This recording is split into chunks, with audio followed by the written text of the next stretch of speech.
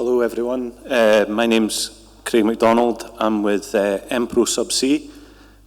Thanks very much to those of you that have hung around for the afternoon shift. Hopefully you find something here of interest that makes it worthwhile. Today I'd like to present an overview of Empro's field-proven flow intervention services. It's a system for hydraulic intervention. I'm going to go through a high-level overview of a couple of previous campaigns with the existing 10K system, then briefly touch on the next generation 15K system, and then finish up just with an overview of some of Empro's flow access module technology. That technology enables some subsea technologies that are used to influence when intervention may be required.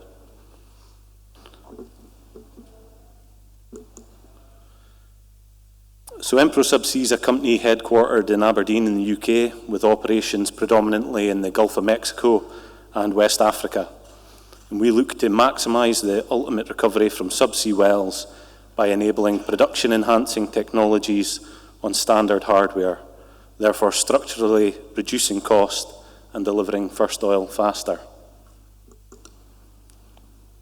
The main hardware offering within our flow intervention services group is our hydraulic intervention system. In the following slides, I'll share a high-level overview of the field-proven 10K system and our 15K system, which we're bringing to market this year. So the key benefits being its low cost, hydraulic intervention can be carried out from a single vessel. It's aimed at enhancing production via acid stimulation, scale squeeze. It's a compact design, requires minimal deck space, suitable for air freight, and it's a modular system, so it can be delivered either as part of a turnkey offering or if the operator, for instance, already has a well services contract in place, then we can deliver just the subsea part of that. We've got an experienced team who have now carried out multi-well campaigns in deep water. So some wells, this has probably been explained better in previous presentations, but some wells can suffer from production decline, typically caused by blockages in either the reservoir or at the sand face completion. Often this is related to formation fines mobilization, wax or scale accumulation. Typically in these cases, production optimization can be achieved via hydraulic intervention. To date, the Empro system has predominantly been used for scale squeeze and acid stimulation. Now I'll take a high-level overview of two hydraulic intervention campaigns, one carried out in 2017 and one 2018. So the first one here is campaign number 1. This was in West Africa. It was a 5-well campaign, acid stimulation and scale squeeze, an injection rate of up to 10 barrels a minute and in approximately 1,700 metres water depth. A couple of pictures here just showing the back deck of the vessel and where the key components of the Empro system was located. It's an over-the-side deployment with the subsea safety module located at the rear of the vessel and the its associated control umbilical and winch and control cabin located to the side of the coil tubing tower.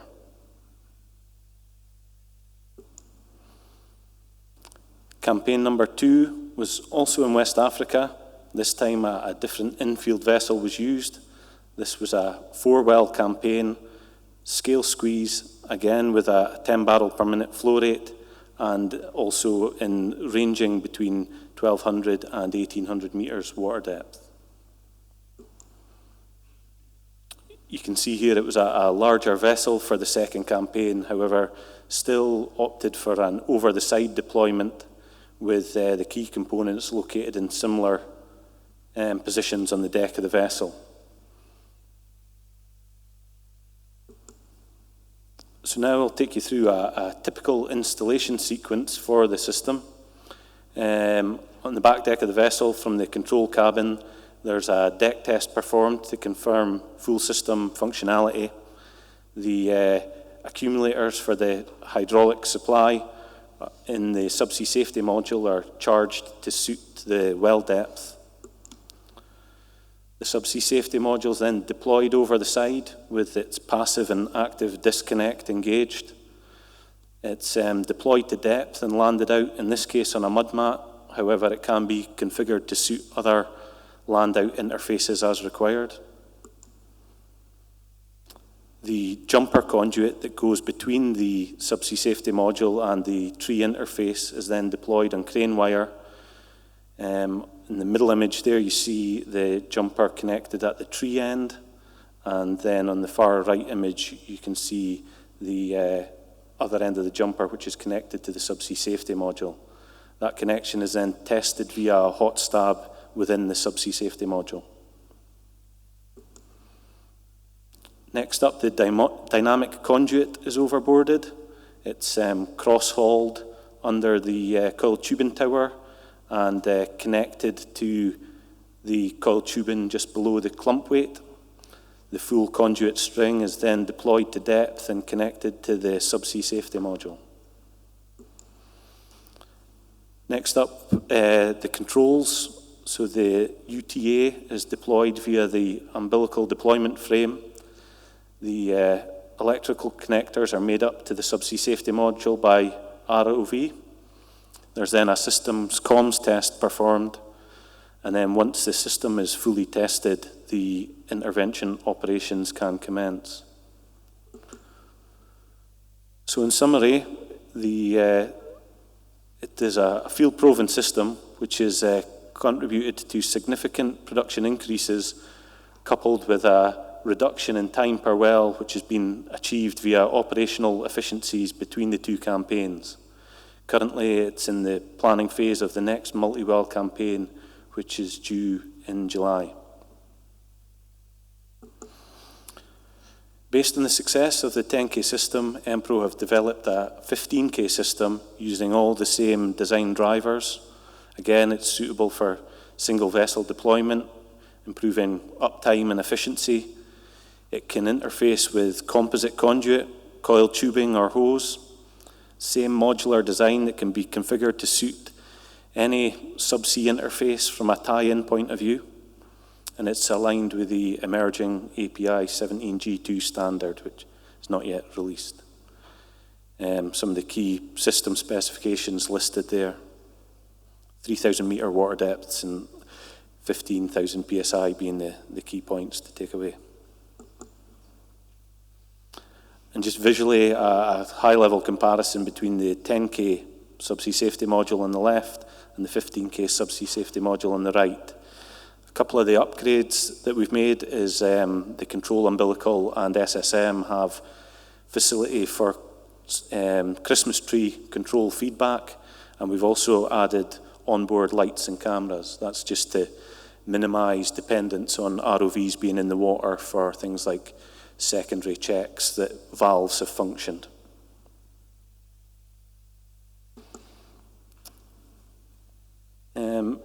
I'd like to just finish by briefly covering Enpro's flow access module technology. I appreciate this is not typically related to intervention. However, as I mentioned earlier, some of the technologies that these modules can enable, such as multi-phase flow meters or water cut meters, are often the primary indicators of things like water breakthrough, which in turn can define when intervention campaigns are required. The key drivers behind the flow access module is it supports fast-paced field development, smart standardization, and enables access to maximize ultimate recovery from subsea wells. So if we take a quick look at a comparison between three subsea development strategies. On the far left, you see a project-specific subsea tree with the project-specific technologies integrated in it. That obviously gets you life-of-field flexibility, gets you what your project requires, allows you intervention access. However, typically that will come at a higher cost with increased schedule, and the trees can be quite large and heavy. A lot of SPS providers have a standard fast-track offering, which is lower cost, fast-track schedule, low risk, compact and lightweight. However, they typically have limited flexibility in terms of incorporating project-specific technologies. What we believe is by supplementing that SPS standard hardware with Enpro's FAM technology, we can have all the benefits of the standard subsea hardware and still provide that life-of-field flexibility, project-specific technologies, and also an intervention access point. So in this slide, we see at the top, there'd be a standard tree, standard manifold, and the jumper to tie in. And the key sort of proprietary technology that Enpro provide uses the same standard tree, the same standard manifold, but by incorporating a flow access hub within the jumper or the flow line, you can then enable access to the production flow to install a range of production optimization technologies throughout the life of field. We believe this truly is smart standardization. I'll quickly touch on a couple of case studies of where operators have used this technology. This particular operator in West Africa has used FAM technology to make their multi-phase meters retrievable independently of their jumpers. They're also using it to install water cut meters on their single-phase meters on their water injection wells. Another key benefit being it can defer costs, so you don't need to install all the technologies on day one. You can just install them as and when the well requires it.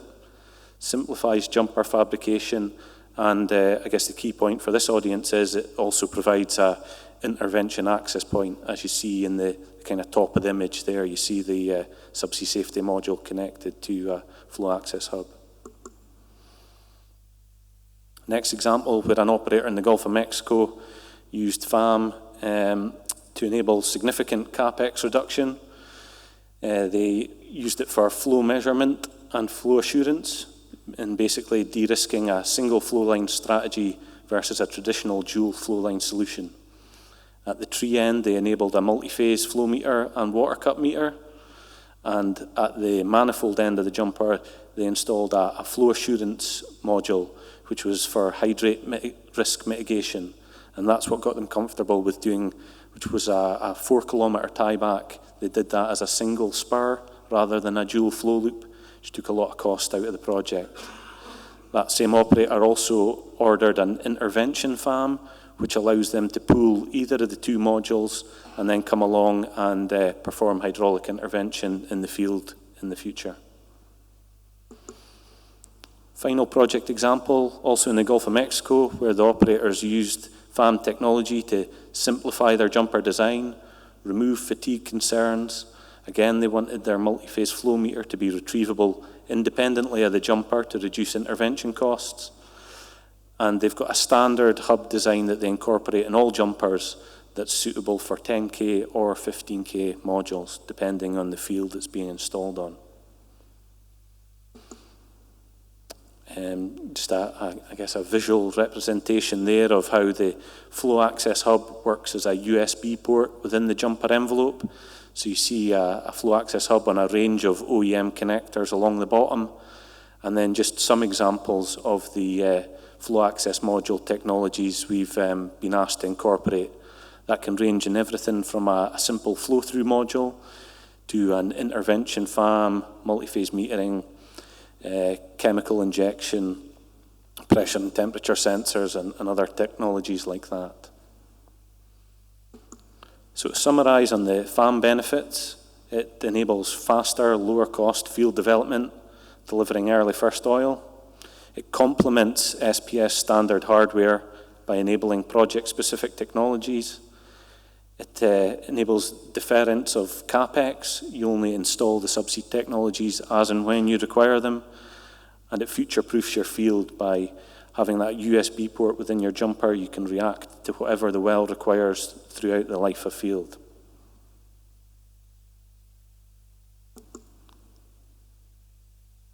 So yeah, that's kind of the end of my overview. So like I said at the start, thank you very much for your attendance.